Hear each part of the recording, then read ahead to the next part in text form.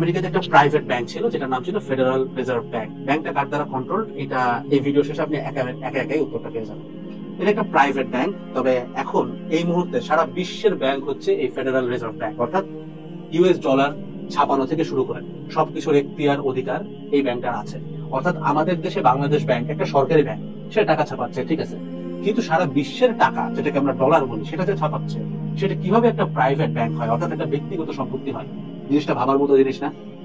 Actually 1971 সালের আগে পুরো পৃথিবীতে যে সিস্টেম ছিল সেটা হচ্ছে আপনার কাছে যতটুকু গোল্ড কারেন্সি আছে তার এগেনস্টে আপনি টাকা নিতে পারেন, তার এগেনস্টে আপনি ইউএস ডলার নিতে পারেন, এরকম ব্যাপারটা ছিল। অর্থাৎ আপনার নিজের সম্পত্তি আপনার নিজেরই ছিল, কারণ জিনিসটা গোল্ডের এগেনস্টে। ধরেন আপনার কাছে 100 কেজি গোল্ড আছে, এখন 100 কেজি গোল্ড ট্রাভেল করে নিয়ে যাওয়া যথেষ্ট জটিল।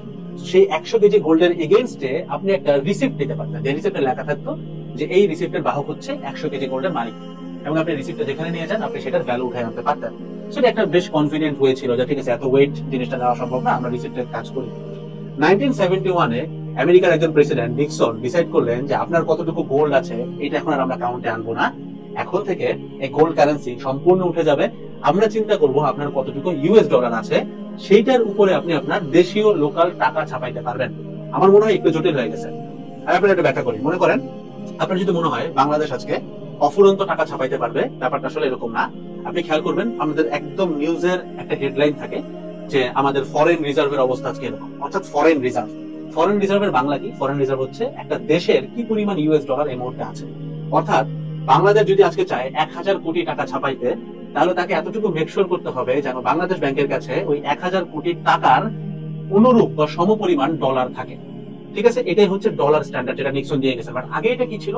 আগে এটা এরকম ছিল যে আপনার কাছে যে পরিমাণ গোল্ড আছে সেইটার ভ্যালু অনুযায়ী আপনি টাকা ছাপাইতে পারবেন, ডলার ছাপাইতে পারবেন। এবং এখানে প্রবলেম যেটা হয়েছে, কেন আমাদের উপর কন্ট্রোল করতে তারা পারতেছিল না এবং কেন নিক্সন এই কাজটা করলো, এটা রিজন হচ্ছে গোল্ডের দাম সবখানেই এক।